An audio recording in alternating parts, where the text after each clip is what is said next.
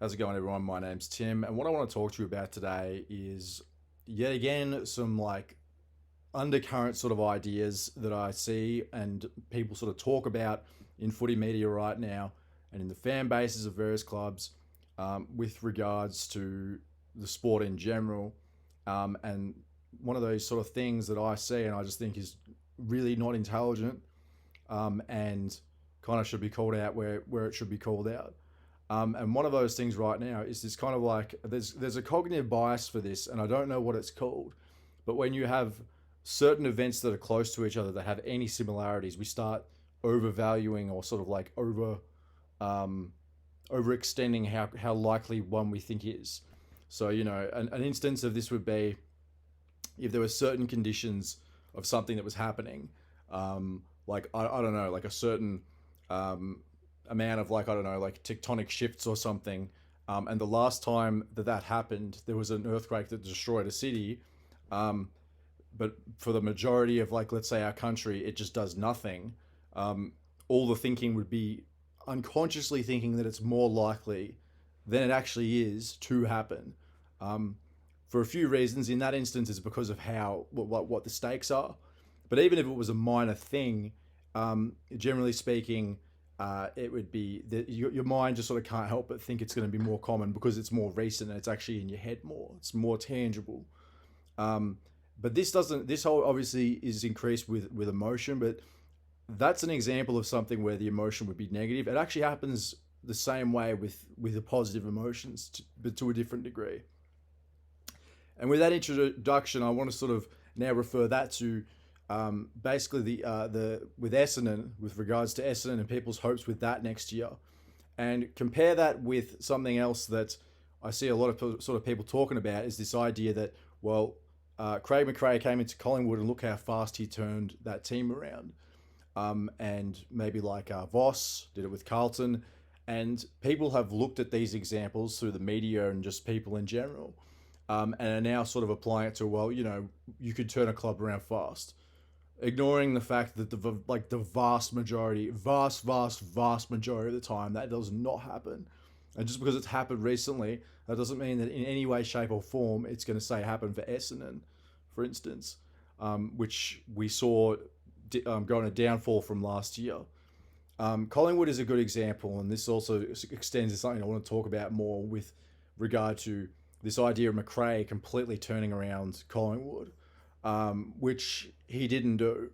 Like I'd say that it's fair to say at this point that he's got them very very far, and he's in order to get them off their feet again, he's done very well. But he took a 4 or 5 year window in the finals team with most of the senior list of players that had done that, and had one off season, and that off season was when they lost their coach and the head of their club and had a bunch of scandals off the field, and turned the club sour for like a decent chunk of the season.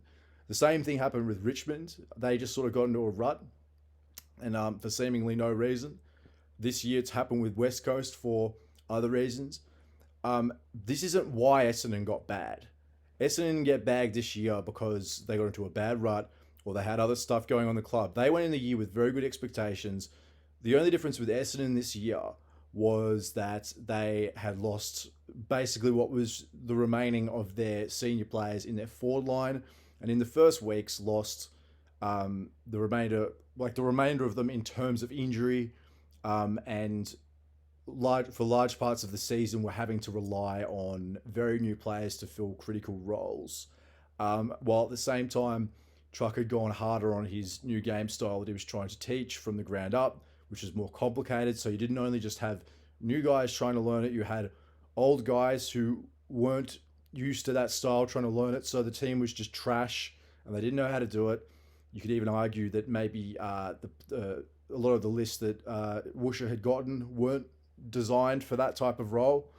Either way, the thing that is not going to bounce Essendon back this year is the fact that we lost a lot of our senior lists. So that with Collingwood, they're in the same situation actually that kind of Essendon was at the start of 2021, which was that you had the old, which were these critical guys, and then you got in a few new guys.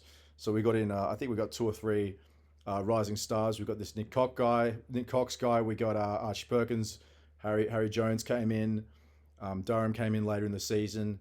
I think Ham actually played okay that year. But the point is, there was only a few little extra guys, and the main crux of the group still held the whole joint up, with an added boost on Darcy Parish going into the center and being a real top clearance guy that we hadn't seen before.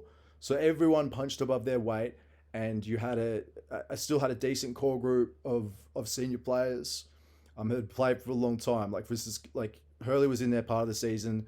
Carl Hooker was in there the whole season, and he'd been around in Essendon for a very long time, and so on and so forth. So they went in that season thinking that they were going to do worse, but because all these things came together, the little seasoning of the new players actually managed to integrate quite well into the team. You can compare that with Collingwood, and you look at that list now, and a lot of that list is the same people who were playing in the grand final in 2018 and had made final every year's consecutive except for last year, after all the scandal and stuff outside the club. Okay.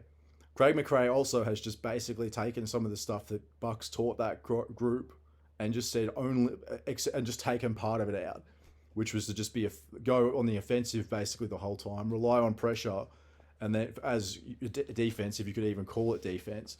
And it's just sort of inadvertently worked out that they're very good at that, and they don't have to do this sort of like basketball style zoning, keeping offs. Now their defense is basically that if they make the game enough of a shit vest, the other teams just can't keep up with them. But the point I'm making here is it's not even remotely close to a comparison. So Craig Mcrae, bad analogy for Essendon. Voss, bad analogy for Essendon. Essendon is doomed. And also, this is just another example of common thinking, sort of like myth-making thinking in the footy in general, where people basically have these sort of like weird cognitive biases that make them think in the very short term, and like the brain just gets compromised basically. So that effectively concludes what I wanted to say. And the point of bringing this up is sort of for two reasons. There's the surface level idea, which is effectively the current topic, and also like what's going on, and that is in regards to the comparison between Essendon and Collingwood, but also the idea of comparisons in general, and setting up expectations on that.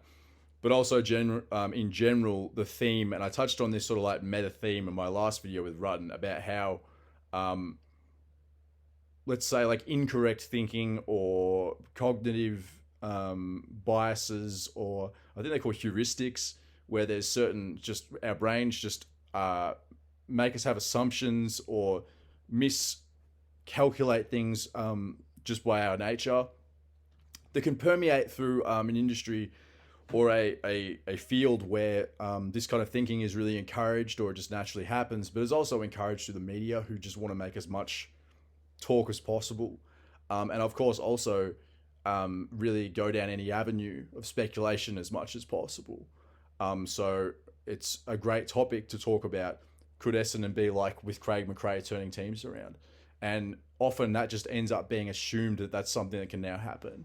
That's assumed that that's something that is even likely. It just slowly becomes an assumption, and then people just talk like it's already very likely to happen, or quite possible to happen, even though it isn't. And I want you to keep that in mind, because I'll make the call here. Essendon is not going to be a team that is going to turn around quickly next year, like the way it happened with Collingwood. It's not even this. It would be. You can never sort of speculate what's going to happen into a season. We always let our expectations are blown quite often, especially Essendon more than anyone. You never know what you're going to get with this team. So I could be completely wrong, but I'm not going to be wrong for these reasons. I mean, what people are based. If I'm wrong, the decision making, the reasoning that people are using to come to the conclusion that this is quite possible is not right. Okay, it'll be something else. For instance, I don't know, maybe there'll be like a full moon, and their star signs will all simultaneously come up in a way where the Earth will shift its axis, and then suddenly Essendon will become a good team when there's no way in hell they should. So maybe that could theoretically, that's like maybe like one theoretical, probably the only theoretical way where Essendon could be a good team next year. But other than that, all the ground conditions point to this being a garbage team, more of a letdown, and more of an example where just a lack of clarity in thinking causes potential presumptions and expectations, even if they're not completely strong expectations, but unconsciously there's this like idea that it could be, or you want it to, and lets those things permeate. So I'm here as the Essendon pessimist to tell you none of this is going to happen next season. In fact, it's probably going to get a lot worse. And not only worse before it gets better, but worse for years. So hope that's a good message to you. Stay tuned for more talk on footy. And I'd say, like, for me now, I guess there's going to be the theme of a few different themes, but the theme really specifically of how the thinking behind the thinking, like, you know, the thinking behind the social consciousness, because oftentimes there are assumptions that are being made. There is thinking that is sort of generated, and then those thoughts and ideas become something that people speculate off, and then slowly and unconsciously they become more cemented as something that could even be real when they're complete fantasy. And instead of looking at the fantasy and the idea and the would and the could and the speculation and all these sorts of things, and oh well, who would that coach be? And, you know, is young coaches who aren't experienced right or wrong? It just goes back to the very, very, very core first assumption of, is this actually likely to happen at all? And then you don't look out, you then look at the fundamentals, which in this case is players, literally players, and then the constitution of the club currently, which says there's zero. This is more stable as a returning investment next year than the fucking collateralized debt obligations that the banks were holding in America in 2007 and 8. Okay, that's where Essendon's at right now. Anyway, stay tuned. There will be more shit, including some stuff on Kane Corns and the footy media in general, who are all flogs and annoying to listen to, even though it's entertaining to listen to them. But they're all full of shit, and I'm going to talk a lot about them as well. So stay tuned.